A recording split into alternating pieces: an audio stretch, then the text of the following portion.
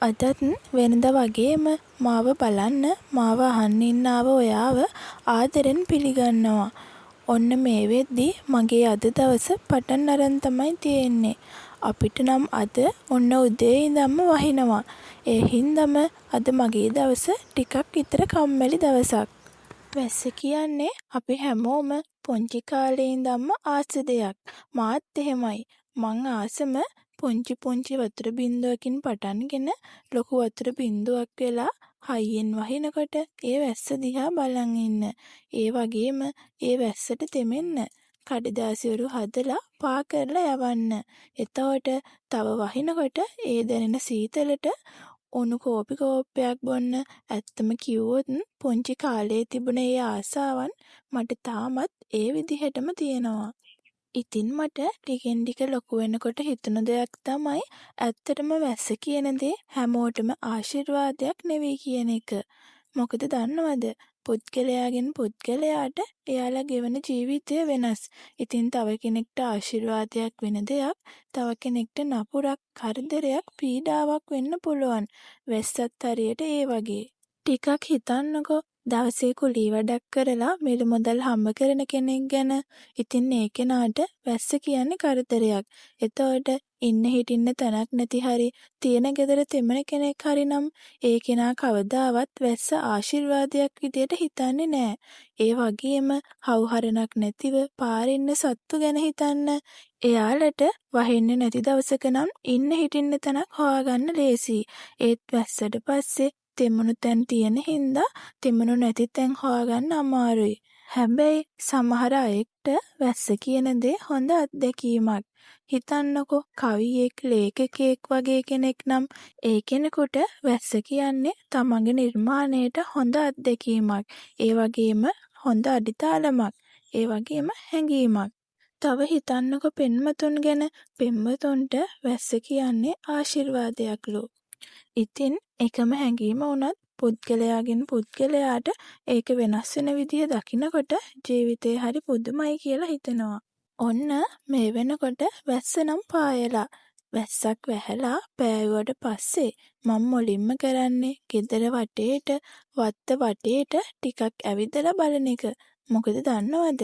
වැස්ස හින්දා මල් පොකුර බිමට බර වෙලා, ගස්වල කොළවල වතුර බින්දු රැඳිලා, ඒ වගේම පරිසරයේම මීදුමෙන් වැහෙන්න පටන් ගන්නවා මේ වෙනකොට. ඇත්තටම ගස් කොළන්, මීදුම, කඳු කියන්නේ හිත නිවන කොළපාට මැජික් එකක් වගේ කියලා හැම වෙලේම මට හිතෙනවා. ඉතින් ඔන්න මං ටිකක් වත්ත වටේට ඇවිදලා බලන ගමන් තමයි මේ ඉන්නේ. ඔයාලට පේනවද මම මේ ඇවිදගෙන යන තැන එහා පැත්තේ පරණ ගෙදරක් වගේ එකක් තියෙනවා. ඒ තමා ආච්චි අම්මගේ මහ ගෙදර. මට මේ ගෙදර දකින හැම සැරේම හිතෙන්නේ දැන් කවුරුත් නැති වෙලා, නඩත්තුවත් නැති වෙලා, අබලන් වෙලා කඩා වැටලා තිබුණට මේ ගේ කොච්චරනම් ඉස්සර කෑම බීම හදන්න නැතිද, සංග්‍රහ කරන්න නැතිද, නෑයෝ ආව ගිය මගුල් අවමගුල් තිබුණු, උත්සව තිබුණු, කවුරුත් සතුටින් හිටිය මතක ගොඩක් මේ ගෙදර ඇතුලේ තියෙනවා ඇති. මේක ඒ කාලේ හරි ලස්සනට තට්ටු 3කට සොල්දර විදියට හදලා තිබ්බ තැනක්ලු. හරි විදිහට නඩත්තුවක් නැති නිසා මේ විදිහට විනාශ වෙලා තිබුණට හරි විදිහට නඩත්තුවක් කරලා තිබුණා නම් තවමත් ලස්සනට අපිට ඉන්න පුළුවන් තැනක් වෙන්න තිබුණා. ඇත්තටම මහ ගෙදරක් කියන්නේ පරම්පරා ගණනක මතක වලින් පිරුණු තැනක්. ඒත් හැමෝම තමන්ගේ ලෝක හොයාගෙන ජීවිතේ හොයාගෙන ගියාට පස්සේ අම්මලා තාත්තලා විතරක් ඉතුරු වෙලා මහ ගෙදර පාළුවට යන්න පටන් ගන්නවා.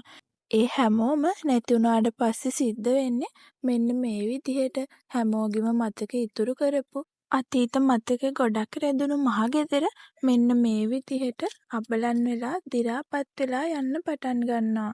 බලන්නකෝ මේත් ඒ වගේම ලස්සනට තිබුණු ගෙදරක් දි รา පත් වෙලා තියෙන විදිය.